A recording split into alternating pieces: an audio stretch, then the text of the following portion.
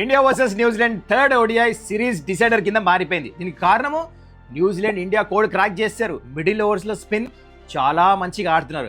అయితే ఇప్పుడు ఇండియా దీన్ని కౌంటర్ చేసి కంబ్యాక్ చేసి సిరీస్ గెలవాలంటే ఏం చేయొచ్చు?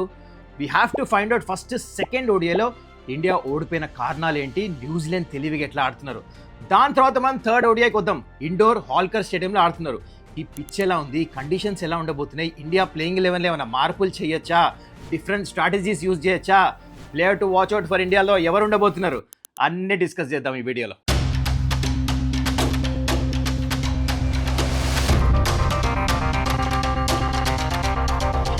నమస్కారం, వెల్కమ్ టు సుమన్స్ డగౌట్. ఈ న్యూజిలాండ్ టీంని మనం తక్కువ అంచనా వేస్తానికి వీల్లేదని చెప్పేసి మళ్ళీ ప్రూవ్ చేస్తున్నారు. ఒక పక్క strong full strength Indians team, ఇంకో పక్క సెకండ్ స్ట్రింగ్ న్యూజిలాండ్ టీం. అయినా చూడండి ఎంత గట్టి పోటీ ఇస్తున్నారు. That is New Zealand for you. మొత్తానికి థర్డ్ ఓడిఐ డిసైడర్ కింద మారిపోయింది. Will get in to this details. కానీ బిఫోర్ దట్ ఒక జెంటిల్ రిమైండర్ యాజ్ ఆల్వేస్, మీరు ఇంకా ఛానల్ని సబ్స్క్రైబ్ చేసుకోకపోతే kindly do that. So second ఓడిఐలో what went wrong for India, let's bisect. India first batting చేస్తూ 118 for 4. Gill మంచి 50 కొట్టి అవుట్ అయిపోయాడు. రోకో త్వరగా అవుట్ అయిపోయారు. లాస్ట్ 2 సిరీస్లో ఇద్దరు ప్లేయర్ ఆఫ్ ద సిరీస్ వచ్చింది. So you expect 1-0 failure. Shreyas sir injury నుంచి కంబ్యాక్ చేస్తున్నాడు. లాస్ట్ మ్యాచ్ 49 కొట్టాడు, ఇప్పుడు ఫెయిల్ అయ్యాడు. It's okay, understandable. కానీ అసలైన ప్రాబ్లం ఇక్కడ స్టార్ట్ అయింది. 118 for 4. నెక్స్ట్ ఇక్కడ జడేజా ఇంకా కేఎల్ రాహుల్ మధ్యలో 70+ రన్స్ పార్ట్నర్షిప్ వచ్చింది. రన్స్ ప్రాబ్లం కాదు, స్ట్రైక్ రేట్. ఒక పక్క కేఎల్ రాహుల్ మంచిగా ఆడుతున్నాడు, 100+ స్ట్రైక్ రేట్ మెయింటైన్ చేస్తున్నాడు, which is good one day ఫార్మాట్లో. కానీ జడేజా 27 of 44 balls. దీనికి కారణము Jadeja is not in good form. చాలా ఆలోచిస్తున్నాడు, ఎందుకంటే కాంపిటీషన్ ఉంది టీంలో. ఐ ఫీల్ దట్ కొన్ని మ్యాచెస్ నుంచి రన్స్ కూడా కొట్టకలే, ఆ ప్రెషర్ బిల్డ్ అయింది. అవతల పక్క ఏం బౌలర్స్ ఉన్నారు, దర్ నార్మల్ బౌలర్స్. ఏంటి, Jayden Lennox is a debutant bowler, left hand spinner, first time ODI format ఆడుతున్నాడు. తను ప్రెషర్లో ఉండాలి యాక్చువల్లీ. అండ్ ఇంకో పక్క బ్రేస్వెల్, ఇంకా ఫిలిప్స్, ఇలాంటి బౌలర్స్. వీళ్ళు ముగ్గురు 23 overs ఇచ్చి మిడిల్ ఓవర్లో ఎన్ని రన్స్ ఇచ్చారు తెలుసా? Just 80+ runs, 4 runs per overs ఇచ్చారు. Can you believe it? Pitch ఏమైనా డెవెల్ ఉందా, బాల్ ఇంత తిరుగుతుందా? ఏమి లేదు, కొంచెం లో అవుతుంది, కొంచెం స్లో ఉంది అంతే. Nothing apart from that. Over respect ఇచ్చి తల మీద పెట్టేసుకున్నారు బౌలర్స్ని. ఇక్కడ ఏమైపోయింది, కేఎల్ రాహుల్కి ఎక్కువ స్ట్రైక్ రాలేదు, స్ట్రైక్ రొటేట్ చేయలేదు. తర్వాత కొడదాం అనుకున్నాడు జడేజా. ఆ క్రమంలో అవుట్ అయిపోయాడు. తను అవుట్ అయిన తర్వాత నితీష్ వచ్చాడు. నితీష్ కూడా కొంచెం ప్రెషర్లోనే ఉన్నాడు, లేక ఛాన్సెస్ వస్తున్నాయి తనకి. తను కూడా కొంచెం మెల్లిగాడే కొడదాం అనుకున్నాడు. తను కూడా రన్ అవ్వాలే కొట్టాడు. ఇన్ఫ్యాక్ట్ నితీష్ని మనం ఏం ఎక్స్పెక్ట్ చేస్తామంటే పవర్ హిట్టర్. హార్దిక్ పాండ్యాని రిప్లేస్ చేస్తున్నాడు కదా. ఒక్క 3-4 balls సింగిల్స్ తీసి కొంచెం అవ్వగానే ఈ should strike those big sixes. కాను హీ వాస్ 21 of 20, దాంట్లో ఒక 6 తగిలింది. అప్పుడే ఇంకా యాక్సిలరేట్ చేస్తున్నాడు అనే టైంలో మళ్ళీ కొడతానికెళ్ళి అవుట్ అయిపోయాడు. ఇక్కడ ఏమైంది, ఇంకా కేఎల్ రాహుల్ చాలా తెలివిగా ఆడి టైలెండర్స్కి ఎక్కువ స్ట్రైక్ ఇవ్వకుండా తను స్ట్రైక్ పెట్టుకొని 100 పూర్తి చేసి ఇండియాను ఒక రెస్పెక్టబుల్ టోటల్ 284కి తీసుకొని వెళ్ళాడు. కానీ సరిపోతుందా? నో. ఈ పిచ్ మీద మినిమం 325 runs కొట్టాల్సింది ఇండియా. ఇది ల్యాక్ చేశారు. ఏంటి, 40 runs. ఎక్కడ వెళ్ళింది మిస్టేక్ బ్యాటింగ్లో? As a said earlier, middle ఓవర్స్లో జడేజా ఇంకా కేఎల్ రాహుల్ పార్ట్నర్షిప్ ప్లస్ ఇంకా నితీష్ దగ్గర ఈ పార్ట్నర్షిప్ రన్స్ అయితే వచ్చినాయి కదా. కేఎల్ రాహుల్ పక్క మంచిగా ఆడుతున్నాడు కదా, వేరే బ్యాటర్స్ నుంచి రన్స్ వచ్చినాయి కానీ స్లో వచ్చినాయి. ఇక్కడ డిఫరెన్స్ పడిందనమాట, 35 to 40 runs. మిడిల్ ఓవర్స్లో గుర్తుపెట్టుకోండి, ఈ పవర్ ప్లే ఏదైతే ఉందో 5 fielders లోపల ఉన్నారు. ఇక్కడ బ్యాటింగ్లో ఏం చేయాలంటే మీరు స్వీప్స్ ఆడాలి, రివర్స్ స్వీప్స్ ఆడాలి. మిడ్ ఆఫ్ ఫీల్డర్ పైకి ఉన్నప్పుడు ఛాన్స్ తీసుకొని పైనుంచి కొట్టాలి. Just like New Zealand Indian స్పిన్నర్స్ని tackle చేస్తారు. అది చేయలే మిడిల్ ఓవర్స్లో. ప్రెషర్ పెట్టలే, డెబ్యూటెంట్ బౌలర్ మీద పెడితే అప్పుడే లూజ్ బాల్స్ వేసాడు.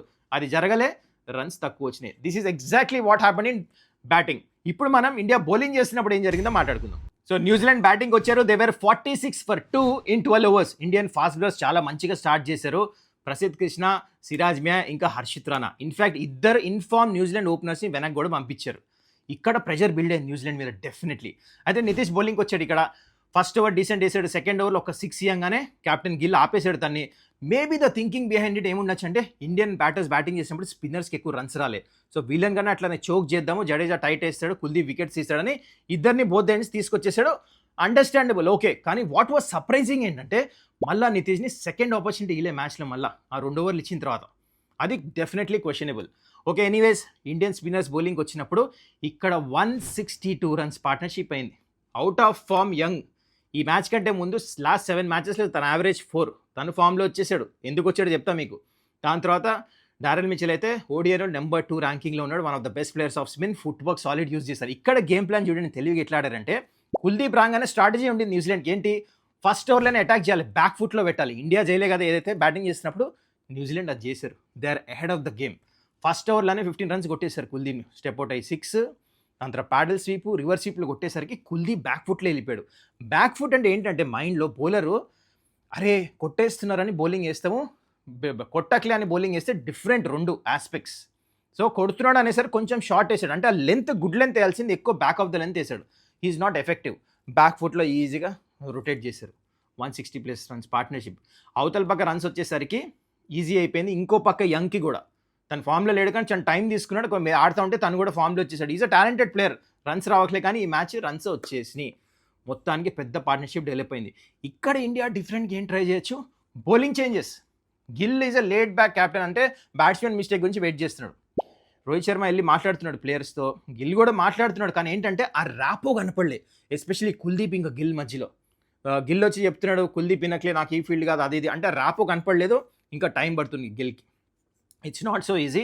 మొత్తానికి బౌలింగ్ చేంజెస్ త్వరగా చేయాల్సింది. కుల్దీప్ని ఒక 2-3 ఓవర్లు చూసి కొడుతున్నప్పుడు రన్స్ రానప్పుడు, వికెట్స్ పడనప్పుడు ఫాస్ట్లోని మళ్ళీ తీసుకురావాలి. నితీష్ని ఇంకో స్పెల్ ఇవ్వాల్సింది, ప్రసిద్ధిని తీసుకురావచ్చు, హర్షిత్ రాణాని తీసుకురావాల్సింది. Bouncer plan, slower ones outside off stump, wicket గురించి వెళ్ళకుండా కొంచెం వెయిట్ చేస్తారు, వాళ్ళే తప్పు చేస్తారని. అక్కడ రన్స్ వెళ్ళిపోయినాయి. పార్ట్నర్షిప్ వెళ్తానే ఉంది. టూ లేట్ అయిపోయింది. 160+ 162 పార్ట్నర్షిప్. అక్కడే మ్యాచ్ ఖతం అయిపోయింది. So basically New Zealand batted really well. Spin చాలా మంచిగా ఆడారు, ప్రొయాక్టివ్ బ్యాటింగ్ చేశారు. Indian bowling changes సరిగేలే. Kuldeep Yadav కొంచెం లెంత్ షార్ట్ వేసాడు, పైకి వేయాల్సింది. ఆ మిడ్ ఆఫ్ ఫీల్డర్ పైకి ఉన్నప్పుడు కొట్టేస్తారని కొంచెం షార్ట్ వేసాడు.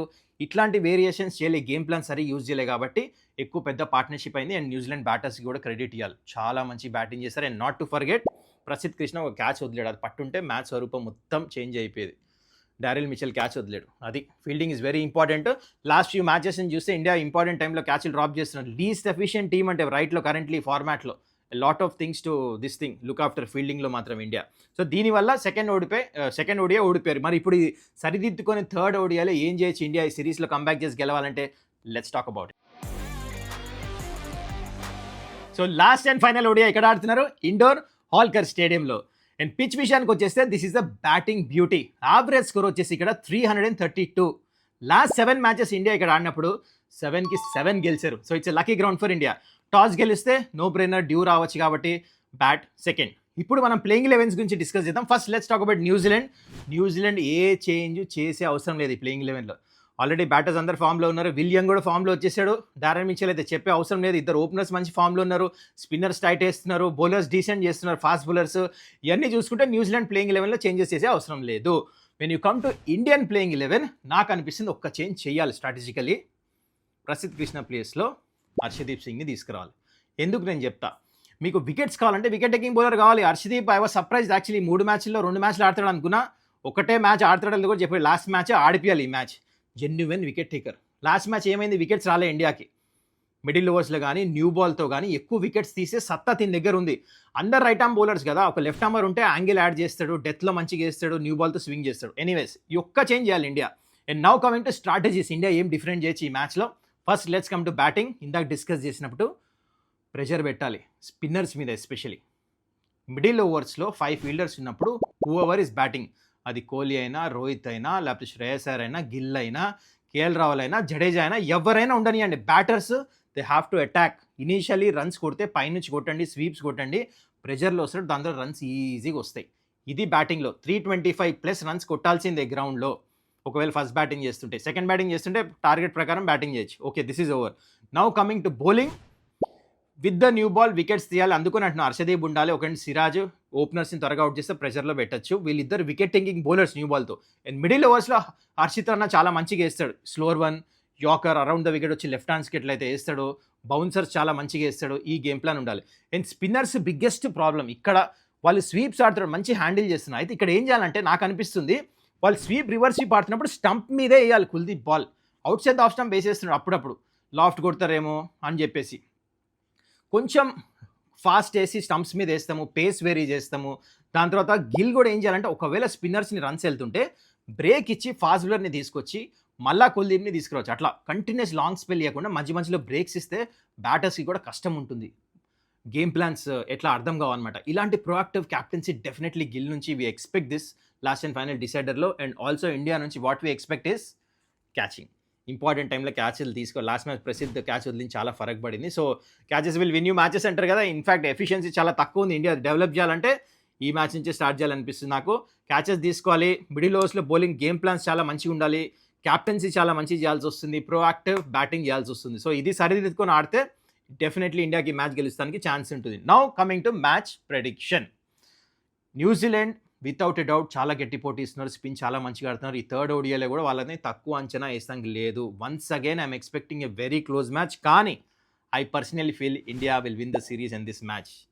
And player to watch out for, I'm expecting Virat Kohli. మంచి బ్యాటింగ్ పిచ్, లాస్ట్ మ్యాచ్ కూడా రన్స్ తగలే, ఈ మ్యాచ్ రన్స్ కొడతామే కాదు ప్లేయర్ ఆఫ్ ద మ్యాచ్ కూడా రావచ్చని నేను ఎక్స్పెక్ట్ చేస్తున్నా. మరి మీరు చెప్పండి, ఈ మ్యాచ్ ఎవరు గెలుస్తారు? మీ గేమ్ ప్లాన్ ఇండియా గెలవాలంటే ఎలా ఉండాలి అదంతా కింద కమెంట్ చేయండి. I'll have a look at it. Thanks for watching the video. I hope you enjoyed this video. And ఇంకా మీరు ఛానల్ సబ్స్క్రైబ్ చేసుకోకపోతే కైండ్లీ డూ దట్. మళ్ళీ మనం నెక్స్ట్ వీడియోలో కలుద్దాం. Till then take care, bye.